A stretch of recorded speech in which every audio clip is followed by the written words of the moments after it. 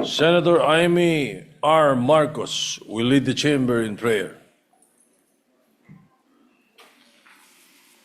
Yes. Thank you, Mr. President. Panginoon, minsan mo nang hinayaang bumaha sa daigdig. Lumikha ng arko ang iyong hinirang upang mailigtas ang magtataguyod ng iyong salita at kabutihan. Isinalba mo ang sangkatauhan upang magsimula muli. Binigyan mo ng pag-asa at pagkakataon ang tao. Hinugasan mo ang mundo at tinangay ang kasalanan nito. Ang bahang iyon ay pinagkaloob mo rin sa Pilipinas. Hindi para pasakitan ng Pilipino, kundi para tumambad ang katotohanan.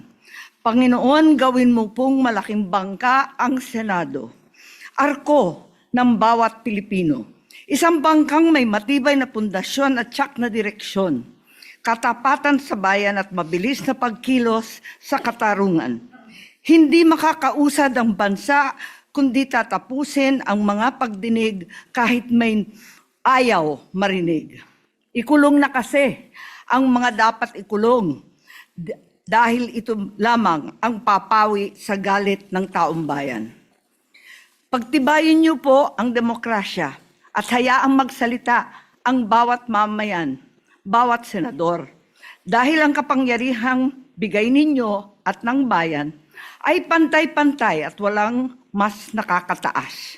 Bigyan niyo po ng pag-unawa ang aming samahan na kung mabilis matapos ang bangungot ng flood control ay mas mabilis namin masosolusyonan ang malalim ng problema ng bansa, ang pagkain at presyong di naabot kaya ng sinuman, kuryente, kawalan ng trabaho ng iba't ibang mamayan.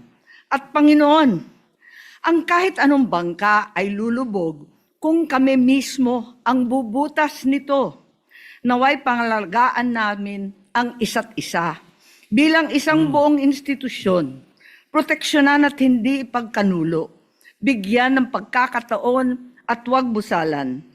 Magkakaiba man ang layag, ay iisa lamang ang direksyon ng pagsagwan na mapunta ang bayan sa inyong mapagpalang gabay.